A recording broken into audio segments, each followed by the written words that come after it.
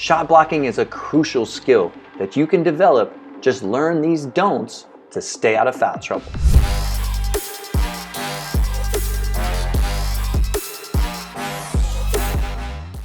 Hey team, Conley Hoops back with another video. Today we are breaking down shot blocking.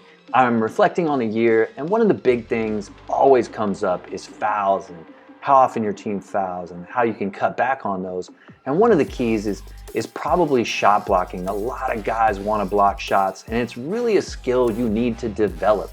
A lot of times emotion goes into it, and when you have emotion, sometimes you're overly aggressive. So to be a great shot blocker takes certain skills. We're going to discuss today the do's and don'ts of shot blocking, starting with some don'ts. So I watched my guy Iggy all year, our best post player by far. He was killing it, defending the paint. If we didn't have him, we wouldn't have been as successful as we were. But sometimes he got a little overzealous, and you can see in some of these clips some of the things that he does to draw fouls. And sometimes he could avoid them with just certain tweaks in his skills. So the first big don't that I want to talk about is don't jump early to block shots. We are always so eager to block the shot that we don't wait for the ball.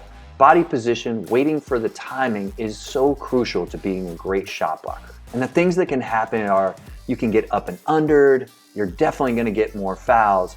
So you want to stay down until you can really time it right and get the ball. Watch here as Edwards is in transition. This is tough to time, but he keeps his body position, waits for the ball to get up in the air, and times the block accordingly.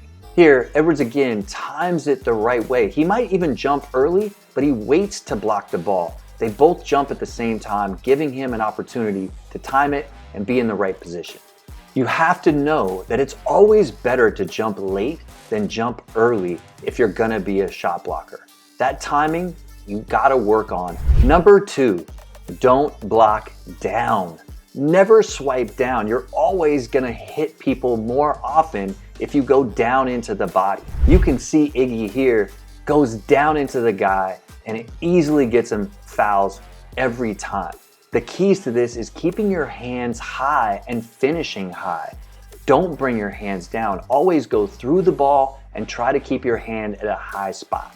Here, Bam comes from the weak side, and you can see how he keeps his hand high and goes across the ball, never swatting down. Another clip of him here, you can see the same thing. He keeps his hand high, stopping the ball at its highest point, not allowing him to come down into the body. Nick Claxton, another great shot blocker, shows it here the same way. Anytime you get the opportunity to block the ball, keep the ball in mind instead of the person. Get your hand high, keep it high, and get it at its highest point, and you'll reduce the amount of fouls that you get. And the last big don't block the ball where it starts. If you're going for the ball when it's still in a guy's hand, the likelihood of getting a foul increases dramatically. You want that ball to leave the player's hand all the time. Once it leaves the player's hand, it can't go back down, and he can't even pass it anymore. If you can meet that ball at the highest point, you're gonna get a block, or maybe just change the direction of the ball enough to take it off target. Here you can see Claxton come from the weak side, but he makes sure his timing is great. He gets it at the highest point before it starts coming down for a goaltend, and that increases his chance to get a block instead of a foul. Bam, trailing the play here, does the same thing. He waits for the ball to leave his hands before taking off and swatting the ball out of bounds.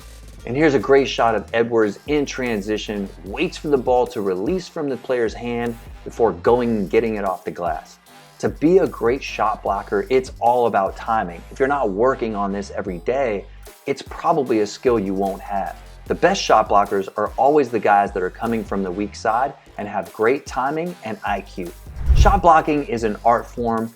I want you to be skilled at it, just like all the other skills that you need offensively and defensively. To be a great shot blocker, it takes practice and execution. Remember, the 3 big don'ts. Don't jump early, don't swat down, and don't hit the ball where it starts. If you can master those 3 things, you can block way more shots and get way less fouls that'll keep you on the court longer.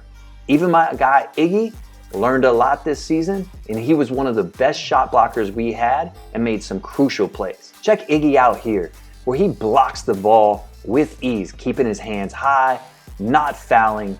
It's so crucial to be able to master this to stay on the floor and make huge plays for your team. Watch him catch this one with 2 hands, making a huge stop for our defense.